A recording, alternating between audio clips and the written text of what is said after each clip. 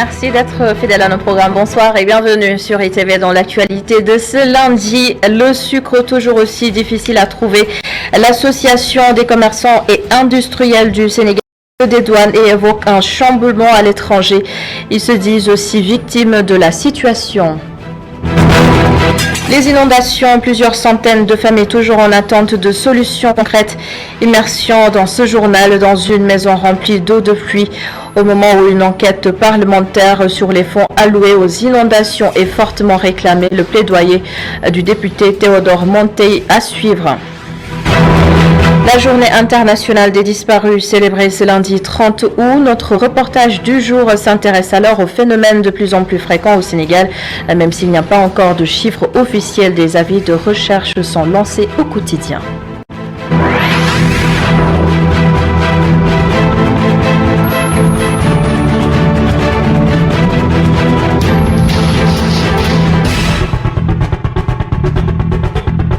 C'est une question qui résonne énormément dans l'actualité de ces derniers jours au Sénégal, la tension sur le sucre. L'État a donc décidé de suspendre l'application de la taxe sur le sucre importé à compter d'aujourd'hui jusqu'au 15 octobre prochain. Et c'est pour atténuer l'effet de la hausse combinée du coût du fret maritime et des prix sur les marchés internationaux. Et à ce propos, les commerçants et industriels du Sénégal dégagent toute responsabilité puisque cette situation est une résultante d'un dérèglement à l'échelle internationale. Ils se disent tout aussi victimes au même titre, oui, que les consommateurs Seynabou Babou et Moussa Fall. La hausse des prix des denrées de première nécessité préoccupe les membres de l'AFIS, Association des commerçants et industriels du Sénégal. Ils dégagent leur responsabilité et tiennent l'État pour unique responsable de cette situation. D'abord, nous avons une économie extravertie, c'est-à-dire l'essentiel de ce que nous consommons nous vient de l'extérieur. Les importations, comme vous le savez. Il se trouve que les prix d'acquisition des produits échappent à notre contrôle et augmentent à l'étranger. Donc, vous voyez que sur toute la ligne, rien ne dépend de la volonté du commerçant que nous sommes. D'ailleurs, on en souffre doublement. La question du sucre également a été au cœur du débat. Ces commerçants plaident pour de nouvelles politiques économiques. Le deuxième point concernant le sucre, nous allons être brefs. Nous dénonçons la situation de monopole qui doit être révolue, surtout sur un produit aussi essentiel que le sucre. Nous plaidons pour une libéralisation du marché du sucre, c'est le cas, comme c'est le cas avec le ciment. Nous réclamons de nouvelles politiques économiques, autres que celles existantes depuis toujours. L'Association des commerçants et industriels du Sénégal dénonce par ailleurs la concurrence étrangère qu'elle qualifie de déloyale. Depuis longtemps, des fournisseurs étrangers nous suivent jusqu'ici. Ils étudient le marché et viennent s'installer comme des nationaux et imposent leur dictat en menant une politique de dumping au su et au vu des autorités qui restent inertes alors qu'ils sont dans l'illégalité la plus absolue. C'est une question qu'il faut prendre au sérieux parce qu'il y va de la stabilité de notre économie nationale. Au-delà de la conjoncture internationale, l'AFIS pointe du doigt l'État. Selon l'Association des commerçants et industriels du Sénégal, les autorités doivent remédier à la situation en allégeant certaines taxes compte tenu des difficultés auxquelles les populations sont confrontées. Merci beaucoup Seynabou Babou. Il a encore plu la nuit dernière, des gouttes d'eau de trop pour ces familles dont les maisons sont englouties. Adam Gun Sikap Mbao, la famille Sen a bien voulu nous inviter à partager son quotidien éprouvant, je le signale. Immersion, pied dans l'eau, des Mariam Gaye.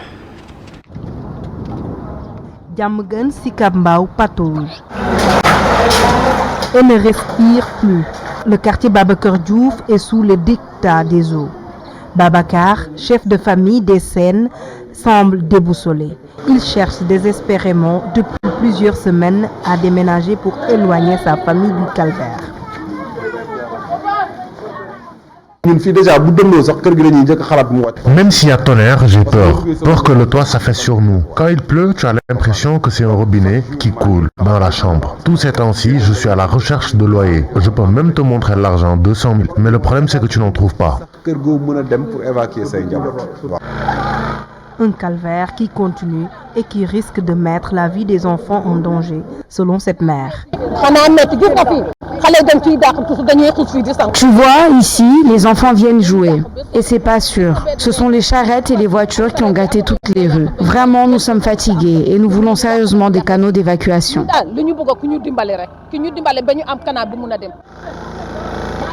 Pour ce jeune qui tente désespérément d'évacuer l'eau, il serait heureux d'être soutenu. Mais les autorités semblent loin de leurs préoccupations. Nous ne sommes pas intéressés par la politique. Nous sommes avec ceux qui travaillent. Nous prenons notre propre argent pour acheter des motopompes. Nous voulons juste de l'aide. Pour l'heure, la famille Sen ainsi que beaucoup d'autres familles vivent dans les eaux pluviales et font face également et surtout à l'éternelle question du loyer. Et sur la gestion des fonds alloués à la lutte contre les inondations, même le rapporteur de la mission d'information sur les inondations se dit favorable à l'ouverture d'une enquête parlementaire. Théodore Monté nous apprend aussi qu'une évaluation des travaux sur le terrain est prévue. Des propos recueillis par Miguel Ramdiaye.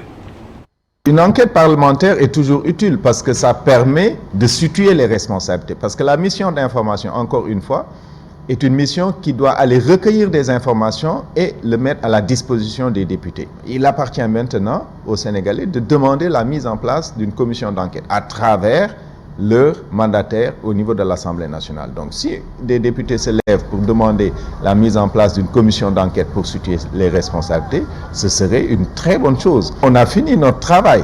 Donc, on nous avait demandé d'aller recueillir l'ensemble des informations concernant la mise en œuvre du plan décennal de lutte contre les inondations. Nous l'avons fait, nous avons fait nos recommandations et nous avons fait nos constats et nos recommandations. Les 11 recommandations qu'on a faites devront être suivies dans le cadre des commissions. Donc, les commissions dédiées devront évaluer la mise en œuvre ou pas de ces recommandations et tireront des conclusions en temps voulu. Nous avons jusqu'au mois de juin 2021 pour évaluer la mise en œuvre ou pas de ces... Vous avez saisi? Nous avons saisi le bureau le président de l'Assemblée nationale, le président Mamadou Lamine Diallo, qui est le président de la commission urbanisme, infrastructure et transport, a saisi le président de l'Assemblée nationale à travers une lettre pour demander que la commission puisse se rendre dans les lieux inondés et dans les lieux où nous avions fait des recommandations pour voir si oui ou non les recommandations ont été mises en œuvre. Pour le moment, nous n'avons pas encore reçu de réponse, nous sommes dans l'attente. Les ménages sont aussi affectés par des factures d'électricité assez salées quand même, mais grâce à l'exploitation de l'énergie solaire, cela pourrait changer. Voici alors la proposition d'un ingénieur en informatique, Tchernosso. Il pense qu'avec 130 milliards de francs CFA qui seront investis dans une centrale solaire, les Sénégalais pourront accéder aux énergies renouvelables à moindre coût. Ces explications. Nous, on a construit une centrale solaire de 20 MW avec tracker à Sakal. Et les 20 MW, c'est pour 200 000 familles. On fait un calcul très simple. Les 20 MW pour 200 000 familles, 20 MW multiplié par 10, ça fait 200 MW. Les 200 MW, ça sera pour 2 millions de familles. 2 millions de familles, c'est presque 20 millions de personnes. C'est presque toute alors que la population sénégalaise, on est de 17 millions. Et pour construire une centrale de 20 MW, on a besoin juste de 20 millions d'euros. 20 millions d'euros, qu'on multiplie par 10, ça fait 200 millions d'euros, ça fait à peu près 130 milliards de francs CFA. Avec 130 milliards de francs CFA, tous les Sénégalais auront accès aux énergies renouvelables et gratuitement. Là, c'est faisable. C'est-à-dire qu'on a besoin d'un peu d'organisation et de méthode pour que tous les Sénégalais aient de l'énergie solaire gratuitement chez eux. Et ce sont des études qui ont été déjà faites. Et aussi, on va beaucoup contribuer sur les objectifs du développement durable. Et on peut même vendre le CO2, ça veut dire, on l'appelle le crédit carbone trade. C'est-à-dire, donc, si parvient par exemple à mettre sur tous les toits du Sénégal des panneaux solaires, nous on pourra vendre notre excédent de CO2 à la Chine qui va l'acheter. Ça peut nous revenir presque gratuitement ou même on peut faire des profits avec. Allons maintenant dans le sud et c'est pour parler de ce différend foncier qui oppose depuis très longtemps les communes de Moulamp et d'Oussouye. Chacune réclame la propriété de quelques hectares de terre et ces deux parties dénoncent en même temps le silence des autorités locales. Correspondance à Sanba. Le litige foncier opposant Moulamp et Oussouye est loin de connaître son épilogue. Après quelques mois d'accalmie, suite à la suspension jusqu'à nouvel ordre de la zone par le sous-préfet de Loudia-Wolof, les populations de Moulamp accusent le maire d'Oussouye de violer l'arrêté de l'autorité administrative sans être inquiété. Le tout-puissant maire d'Oussouye, sans aucune autorisation du service des eaux et forêts, a entrepris vers la fin du mois de juillet 2021 des travaux dans la zone tampon, détruisant des milliers d'arbres protégés tels que le teck, les palmiers et les anarcadiers appartenant donc à des exploitants des populations de Moulamp. En effet, ce tout-puissant maire d'Oussouye, pour soi-disant création d'une piste de production dans la commune de Moulamp, qui n'est même pas frontalière à la sienne, a enfreint à l'arrêté du sous-préfet, sans être inquiété par ses autorités administratives, restées impuissantes devant ces agissements. Malgré les médiations de la Commission nationale du dialogue des territoires et l'archevêque de Ziguinchor, Monseigneur Paul Abel Mamba, la situation reste toujours tendue entre ces deux localités. Face à ce qu'il qualifie de silence des autorités administratives, les notables de Moulamp soutiennent qu'ils ne peuvent plus contenir les populations face aux agissements des habitants d'Oussouye village et leurs maires. Ces autorités administratives, préfets et sous-préfets, ont été alertés par le chef du village de Dukomol. Mais elles n'ont pas daigné lever le petit doigt pour demander au tout-puissant maire d'Oussouye d'arrêter ses agissements.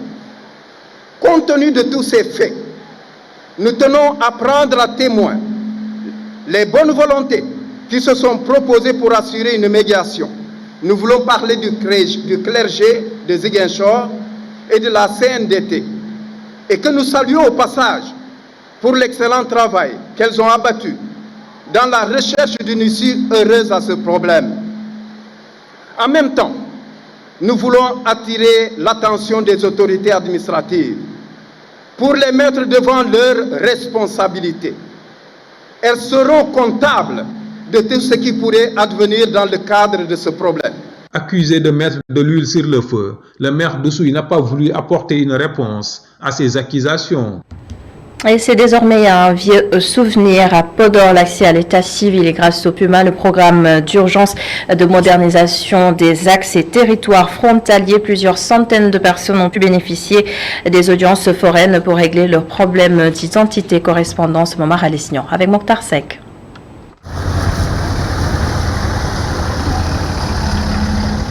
Des portées disparues sont souvent signalées. Ce phénomène ne laisse pas les Sénégalais de marbre. Beaucoup soupçonnent sans plus de certitude des pratiques mystiques. Dans cet espace aménagé en grande place au point E, le troisième âge s'y retrouve pour lire des journaux et échanger. Mamadou Dia que nous devrions retrouver dans quelques instants et c'est donc le reportage du jour sur les disparitions souvent mystérieuses. De plus en plus de personnes disparaissent au Sénégal et sans derrière une famille abattue. Les uns évoquent des raisons mystiques, d'autres n'excluent pas les disparitions volontaires et cela valait bien un reportage à l'occasion de la journée internationale des disparus célébrée aujourd'hui. Voyez donc le reportage de Mamadou Dia.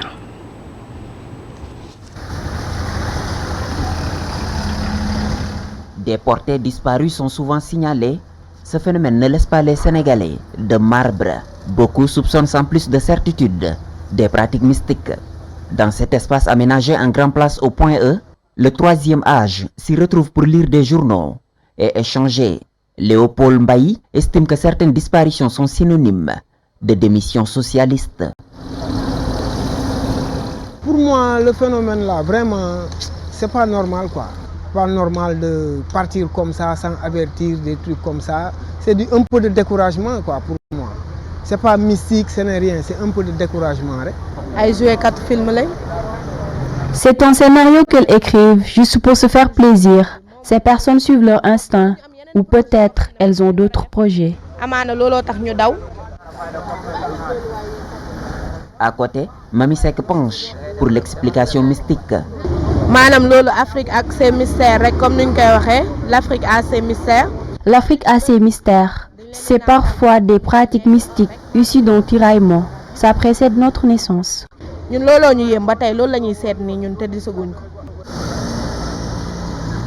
nos interlocuteurs ne manquent pas de constater des personnes disparues dans leur entourage. Un ami, il était chez lui sans problème. Un jour, il a quitté la maison, il est parti. Pendant 5 jours, on le cherche, on l'a trouvé vers la plage là. Il était déjà mort. En un an, plus d'1 millier de personnes seraient portées disparues au Sénégal, des chiffres non officiels. L'ANC s'intéresse à la problématique depuis peu, nous dit-on à l'agence, et la police nationale ne dispose pas encore non plus de chiffres globaux. Ce lundi est célébrée la journée internationale des personnes disparues, un jour triste pour ceux qui n'arrivent pas encore à retrouver leurs proches.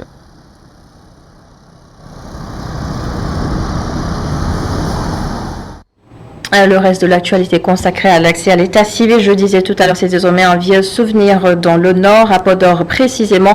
Et grâce au PUMA, le programme d'urgence de modernisation des accès territoires frontaliers, plusieurs centaines de personnes ont pu bénéficier des audiences foraines pour régler leurs problèmes d'état civil. Momar Alesnian et Mokhtar Seck. Acquérir un acte d'état civil est devenu chose facile pour les populations du département de Podor qui, grâce à l'appui du PUMA, ont pu bénéficier d'une série d'audiences foraines qui ont été clôturées dans le Fanaï. C'est une bonne chose, c'est une bonne initiative qu'il doit continuer de faire parce que sans le papier, la personne, on ne sait même pas où il se trouve, ici les Sénégalais ou d'autres. Sans le papier, on est qui? Il y a même des vieillards, plus de 60 ans, 50 ans, qui n'ont aucun papier. On a presque fait, à l'heure où je vous parle, on a fait presque 700 jugements pour le moment. Mais bon, peut-être à la fin du journée, on va peut-être faire plus. Cette action, selon le coordonnateur du PUMA, répond à un souci de lutte contre l'apatridie. Depuis 3 ans, et au niveau de toutes les zones frontalières, est en train donc d'aider les Sénégalais qui vivent dans ces zones à obtenir donc des pièces d'état civil, une manière de lutter contre l'apatridie. Depuis 2018 à nos jours, nous sommes à près de 40 000 cas qui ont été réglés et ce travail, Inch'Allah, va continuer. Au-delà des populations du Fouta, cette action a également permis d'appuyer les populations réfugiées. Nous avons profité également de l'invitation du PUMA, qui est notre partenaire naturel, pour enrôler un certain nombre de réfugiés. Parce que les réfugiés n'ont pas d'acte d'état civil, ils ont des tenants-lieux d'actes d'état civil, donc qui sont signés par le chef d'état-major particulier et le président du comité. Nous avons profité de cette invitation donc pour en remettre à quelques-uns. Nous avons profité également de cette invitation du PUMA pour remettre donc solennellement un moulin à mil qui était une demande des réfugiés et ce moulin à mil a été réalisé par le PUMA. Les populations du département de Podor, dans leur grande majorité, saluent cette initiative et prient pour sa pérennisation. À quelques actualités des sports du basketball, l'Afrobasket se poursuit à Kigali au Rwanda. Le sélectionneur national se satisfait de la phase de poule de son équipe qui a fait un carton plein. Focus maintenant sur les matchs à élimination directe. Boniface Ndong avec Saïkou Seydi.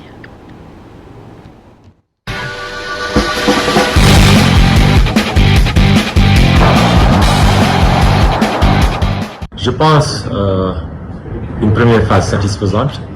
Je pense que l'équipe a grandi au fil des matchs. Je pense que tous nos 3 matchs, on a gagné clairement. Mais bon, je ne veux pas me faire leurrer par le score. Tu vois, donc ce que j'ai dit à mes joueurs depuis le départ, c'est de ne pas regarder le score, c'est de continuer à jouer en voyant l'ennemi un peu comme l'équipe qui est en face. Voilà, donc je pense que les joueurs l'ont fait. Je pense qu'ils n'ont jamais baissé les bras, même si on avait une avance très élevée. Donc c'est un peu une mentalité que je veux que l'équipe en fait ait en elle-même. Tu vas toujours être compétitif, toujours tu vas respecter l'ennemi et toujours jouer juste 40 minutes. Bon, Malik, il a eu un coup, donc il a un problème sur sa clavicule, je pense, donc qui avait très très mal hier, mais aujourd'hui il y a quand même une progression très importante. Donc sur son cas, j'espère qu'il va revenir. Demain, on va essayer de lui organiser un entraînement. Boniface Ndong a également donné des nouvelles des absents lors du dernier match de groupe. Malik Diémé et Pierre Henry, ses explications. Malik, il a eu un coup, donc il a un problème sur sa clavicule, je pense, donc qui avait très très mal hier, mais aujourd'hui il y a quand même une progression très importante. Donc sur son cas, j'espère qu'il va revenir. Demain, on va essayer de lui organiser un entraînement et que normalement, je pense qu'on peut compter sur lui pour le mercredi. Pierre, c'est un problème un peu plus grave, donc qui m'inquiète, qui ne me fait pas dormir. Pourquoi? Parce qu'il a perdu sa valise depuis qu'on est venu ici et jusqu'à présent, elle n'a pas été localisée. Donc, il a ses dans sa valise. Du football maintenant en France, Ibrahim Niane ouvre son compteur but grâce à un penalty, de même que Mamba Batiam qui marque pour son nouveau club de Kayserispor. Des nouvelles des Lions du Sénégal également en Angleterre et en Italie. Le Tour d'Europe, c'est avec Cher Diop. L'actualité des Lions nous mène d'abord en France où Ibrahim Niane a ouvert son compteur but avec Metz cette saison. Placé sur le front de l'attaque messine aux côtés de ses compatriotes Pape Matar Sarr et Mohamed Lamine Gueye, Niane a inscrit un penalty face à Clermont, mais le score était de 2 buts partout. Idrissa Gana Gueye, Abdoul Ahad Diallo côté parisien, de même que John Lopi côté rémois, ont tous été titulaires lors du match Reims-PSG. Monaco a renoué avec la victoire ce dimanche face à 2-1 grâce à un doublé signé Sofiane Diop. Strasbourg est venu à bout de Brest 3-1. Habib Diallo a débuté sur le banc. Alfred Gomis et Rennes ont été surpris à Raymond Kopa par Angers 2-0 et concèdent leur première défaite de la saison. En Angleterre, pas de vainqueur dans le choc qui a opposé Liverpool et Chelsea ce samedi. Un but partout, c'est le score final. Sadio Mane était décisif dans le penalty égalisateur, mais si Chelsea repart d'Anfield avec un point, il le doit grandement à la bonne performance de son ange gardien Edouard Mendy qui a tout repoussé sur sa ligne. Avec Ismaïla Sarr titulaire, Watford a perdu 1-0 face à Tottenham, titularisé également, mais dans l'entrejeu, Cheikhou Kouyaté a joué tout le match. Crystal Palace a arraché le nul, 2 buts partout face à West Ham. En Espagne, Amadou Ndiaye était également titulaire face à Valence, mais Alaves a été étrié 3-0 avec Ismaël Ciss titulaire également au milieu. Rayo Vallecano a laminé Grenade 4-0. Amad Ndiaye Diédhiou lui a débuté sur le banc mais est entré en cours de jeu. Son Real Mallorca a battu l'Espagnol de Barcelone 1-0. En Italie, deuxième match, deuxième victoire pour Naples et Kalidou Koulibaly qui ont battu Genoa sur sa pelouse 2-1. Aux Pays-Bas, Ibrahima Baldé a retrouvé la compétition avec Feyenoord Rotterdam après une longue période de blessure, mais ils ont été malheureusement battus par Utrecht 3-1. En Turquie, pour terminer, Mamba Batiam a marqué pour ses débuts avec Kayserispor le seul but qui a donné la victoire aux siens face à Istanbul, Başakşehir.